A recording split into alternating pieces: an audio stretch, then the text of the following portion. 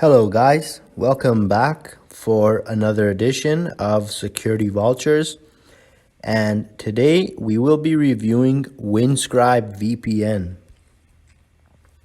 Windscribe is an interesting VPN service based in Canada. While it really isn't a market leader, this VPN has some decent features to offer, but it also has some notable drawbacks, which of course we will closely examine in this Windscribe review. Overall, perhaps the most concerning is the recent Windscribe security breach in the Ukraine, where they left servers unencrypted. Because the servers were left unencrypted, the Ukrainian authorities were able to obtain Windscribe's private key when they seized the VPN servers. While this incident demonstrates that Windscribe does not follow the best industry practices, this is by their own admission, they have pledged to beef up their security.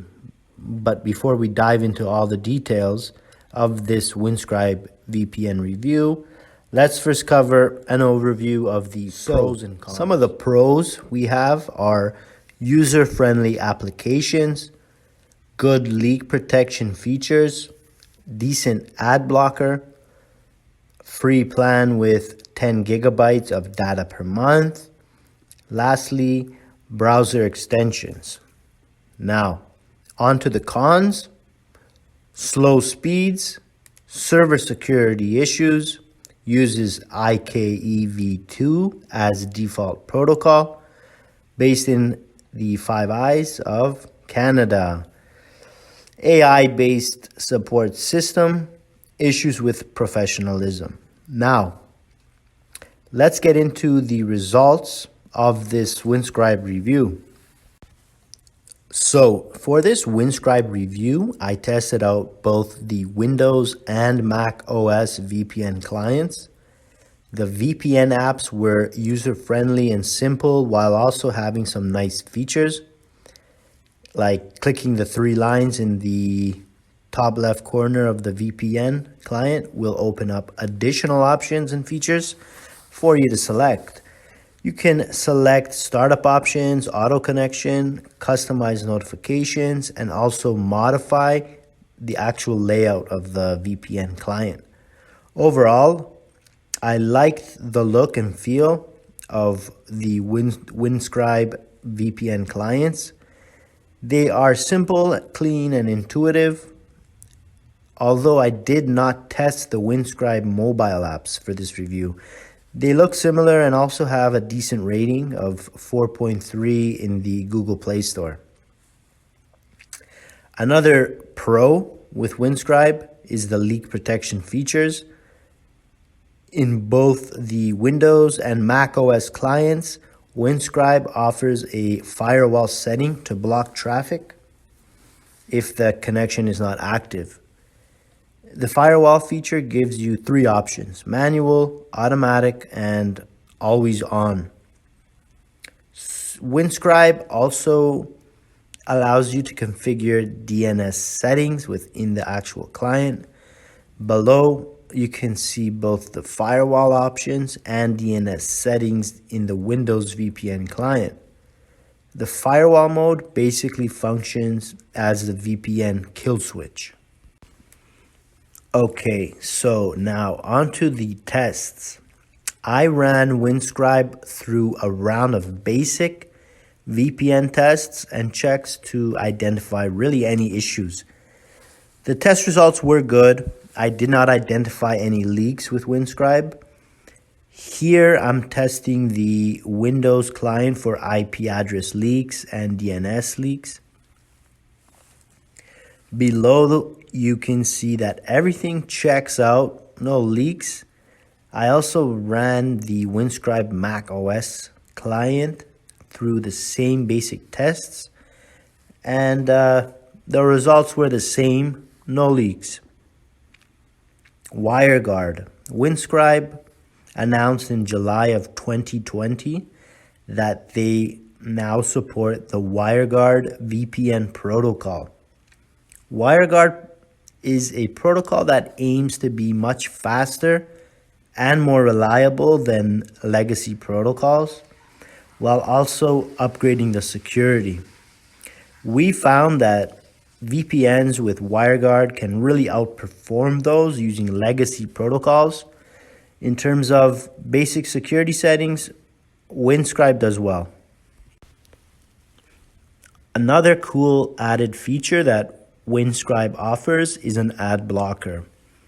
The Windscribe ad blocker is called Robert. I'm not sure if Robert is an acronym for something, but either way, it does quite a bit of blocking.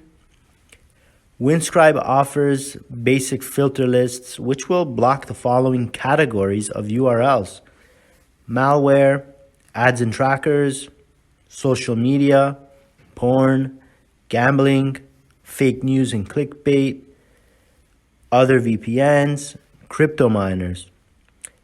It is a pretty robust filter feature. However, one cool aspect with Windscribe's Robert is that it is customizable. In other words, you can create custom whitelists for domains or IP addresses, as well as custom block lists. This is a server-side ad blocker, which means it works independently of the VPN client with any device you are using. If you want a good VPN ad blocking solution, this may be an option to consider, guys. When you go to download Windscribe, you notice that they recommend downloading both a VPN application and a browser extension. More and more VPNs are offering browser extensions that can be used with VPNs. Some VPNs use browser extension as a proxy. Others use it just to control the desktop VPN client. So why use the VPN together with the browser extension? Windscribe shows some of the benefits of combining the desktop client with their browser extension. Using a browser extension may be good in certain situations. However, it's also important to note that a browser extension is not a VPN. Instead, it is an HTTPS proxy, which does not offer the full protection of the VPN, such as firewall protection against IP leaks. Now, of course, comes time to examine the cons of Windscribe. One big drawback with Windscribe is the performance with the OpenVPN protocol. To check for speeds with Windscribe, we used a 160 Mbps baseline non-VPN connection and tested many VPN servers throughout the world. Our physical testing location was in Western Europe. Now, to note, we configured the VPN client to only use OpenVPN UDP, which offers better performance over OpenVPN TCP. The Windscribe VPN client gives you the option to connect to the best location, which should offer the best speeds, and here were the results. Best location speed test with a nearby Windscribe server in Germany. We came in at 28 Mbps. This guys is definitely not a good test result for a nearby server, which should be offering near full capacity bandwidth. Next up was a Windscribe server in Switzerland, which came in even slower at around 18 Mbps. I also tested a few Windscribe servers in the UK, which gave me about 30 Mbps. If you want a fast VPN for the UK, Windscribe would probably not fit the bill. there are certainly better options to consider. Next, I tested Windscribe servers in the United States. The test results were equally disappointing. Here is a Windscribe server in New York, giving me about 10 Mbps. Even with the longer distances, this is still very slow. Fortunately, there are a few different options for you. You can skip on OpenVPN and select IKEv2 or the WireGuard VPN protocols, which may be faster than OpenVPN. Another huge issue with Windscribe is their bad server security. Let's briefly touch on the main highlights. Windscribe left its VPN servers in Ukraine unencrypted and unsecured. When Ukrainian authorities seized the servers, they also obtained Windscribe's private key. With the private key, Ukrainian officials could decrypt traffic and spy on Windscribe users. Windscribe admitted that it does not follow industry best practices with its server network, but promised to change. Yeah, right. And how many times have we heard this from other providers? Trust is key with privacy tools, and we simply cannot take their word for it. This incident highlights a major flaw in how the VPN itself is operated. Like I said before, we have seen other VPN services, including ExpressVPN and Perfect Privacy, also undergo server seizures. However, these other VPNs actually had secured and encrypted their servers properly, which resulted in no customer data being affected. Now, fortunately, Windscribe promises to upgrade security. However, the damage to its reputation is done. Similar to IPVanish after the IPVanish logging incident. Another interesting thing with Windscribe is that it uses IKEv2 protocol as the default option in the VPN clients. While IKEv2 is generally considered to be secure, it does have some noteworthy drawbacks. For one, IKEv2 is not open source and has not undergone extensive auditing like OpenVPN. Within the privacy and VPN community, OpenVPN is generally considered to be the gold standard. If you examine the Windscribe VPN client, you'll see that the default option is set to IKEv2 rather than OpenVPN. Windscribe probably decided to make IKEv2 the default because it offers better speeds than OpenVPN. Once again, however, there is a security trade-off here, and OpenVPN should probably be used as default. Switching to a more secure protocol is easy. Simply open the settings, then click Manual and choose the protocol you want to use, as you can see in the screenshot below.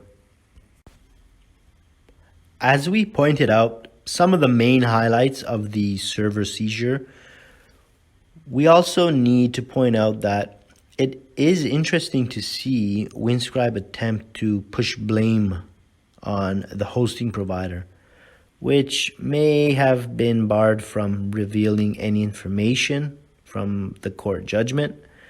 But we also see why Windscribe is doing this. Had they been notified of the situation, they could have ensured their servers were encrypted and secure. But that was not the case because Windscribe was not following industry best practices by their own founders' admission. Reading further, we find this alarming quote in the screenshot below. This announcement is quite revealing because it shows that Windscribe picks and chooses which VPN servers to encrypt and which to remain unencrypted and exposed to random third parties. Windscribe does not consider Ukraine to be a sensitive country, despite the ongoing conflict and instability we have seen in the region since 2014. This also shows that Windscribe has been operating for many years without basic server security, putting Windscribe users at risk. Again, this is a huge issue, guys. So it's quite funny that they now promise that they will change for the better. Yeah, right. How this security breach affects Windscribe users? The biggest issue here of this Windscribe security breach is that Ukrainian authorities obtained Windscribe's private key, which allows them to decrypt VPN traffic under certain circumstances. If this happened, they would be able to see what Windscribe users were doing while connected to the Ukrainian server and also log this data. This once again shows that without proper security, privacy goes right out the window. Is this Windscribe security breach a big surprise, guys? Quite frankly, not really. One strange thing I noticed with Windscribe is that it really seems to be lacking in the professionalism department. This whole VPN comes across as unprofessional, kind of like a snarky teenager who doesn't take anyone seriously. For example, below is a screenshot of the Windscribe VPN app. You can see checkboxes for errors and problems with faint gray lettering about how they are just kidding. These checkboxes actually don't do anything. I guess this is Windscribe's idea of a funny joke. Perhaps I'm old-fashioned, but given the importance of security and privacy, I don't see this as the best venue for jokes about VPN errors and problems. But that's not all.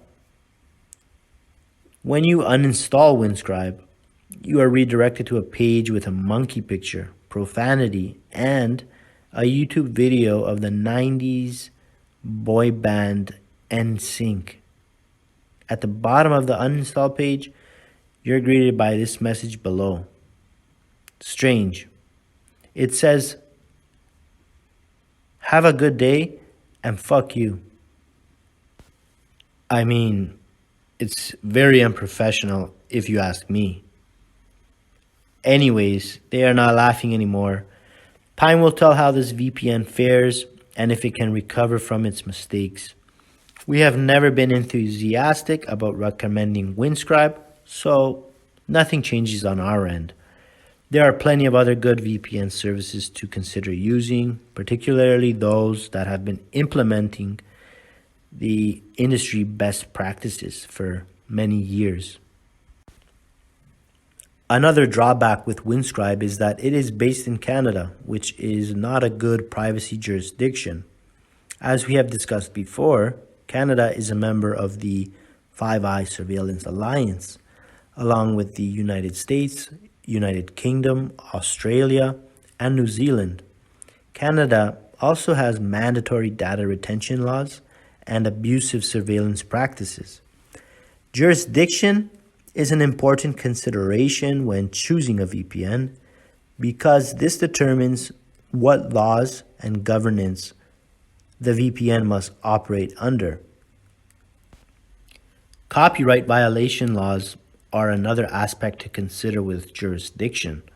Canada has some strict laws against copyright violations, along with data retention that is used to prosecute piracy or copy infringement cases. Another huge issue is with their logging policy. In the past, They were exposed for falsely claiming to delete everything, a claim that does not align with their own policies. Previous false claims are in the screenshot below. On the Windscribe features page, you can see they are now claiming to have no identifying logs.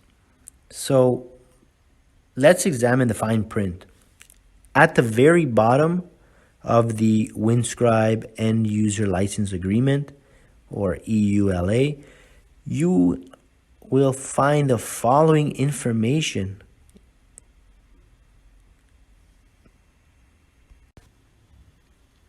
Now, let's continue with the streaming test. Although Windscribe does indeed work with Netflix to a limited extent, it is not the best VPN for Netflix I have tested. First, I found that Windscribe does indeed unblock Netflix. I tested this with Winflix US and Winflix Canada servers. Both worked without getting blocked. I did run into some problems, however, with playback speed and buffering. The connection did not seem very stable and consistently fast. To verify these issues, I ran some speed tests with Winflix US server, which gave me around 5 Mbps. Overall, Windscribe might be an okay option for streaming, but it's not the best VPN for Netflix due to the speed issues. Windscribe also has a dedicated app for Fire Stick in the Amazon store. With that being said, the slow speeds may affect high definition, high quality streams. Now, let's also briefly touch on torrenting. Windscribe may not be the worst VPN for torrenting, but it also is not the best. The main issue is the speeds. After all, torrenting with a slow VPN is a real drag. Windscribe's official policy is that they allow torrenting on most servers. One thing I found rather annoying with Windscribe is that they are using a robotic AI-based support system, which they call Gary. When attempting to get help with some connection problems, I fired up a chat window, as you can see in the screenshot below. Gary did provide some suggestions and tips, but ultimately I wanted to speak with a human rather than an AI bot. After growing frustrated with the AI bot, Gary eventually offered me the option to talk to a human. This opened a screen where I could submit a support ticket and get help via email. There was no option to chat with a human, which I really like. What the hell is this experience with an AI bot? It just gets me even more frustrated. Most of the top VPN providers, such as NordVPN and Surfshark, offer 24/7 live chat support with real humans. On a positive note, however, someone did email me some suggestions within 24 hours. Nonetheless, live chat support with a real human being would be a lot better. The prices for the paid plans with Windscribe are about average for the VPN industry. The build a plan option allows you to select which server locations you want and you pay accordingly to that. Although Windscribe is not one of the cheapest VPNs, it still offers a pretty good value when you consider all of the features. Windscribe's refund policy contains some fine print. Here are the 3 important points to keep in mind before you purchase a subscription. The refund window is for 3 days. The refund policy only applies if you purchase directly from Windscribe, no third-party websites like Stack Social, and finally, if you use more than 10 gigabytes of data, your refund will be void. This is certainly not a good a refund window, but at least they don't have a no refunds policy. A shorter refund window is not too surprising since they encourage people to test out the free service before going with a paid subscription. You see these trends with other free trial VPNs. Now that we have reached the conclusion, guys, Windscribe has both pros and cons. I'd say the biggest pro with Windscribe are the features, particularly the robust ad blocking feature called Robert. The apps are also user-friendly and offer some great preferences and leak protection settings. With that being said, there are three remaining issues. One being Windscribe is based in Canada, a bad privacy jurisdiction. Windscribe is slow, at least based on my tests with the OpenVPN protocol. And Windscribe suffered a major security incident. The Windscribe security breach, as we noted before, seriously undermines the reputation of this VPN service. Can it be trusted? If it does not even bother securing its own VPN servers and user traffic. You can decide that for yourself. The performance issues are another big drawback, as this affects browsing, torrenting, downloads, and streaming Netflix. While Windscribe has made some improvements, there are better options to consider. So sadly, it's not being added on our recommendation list. Anyways, guys, thank you for tuning in, and we'll see you in the next review.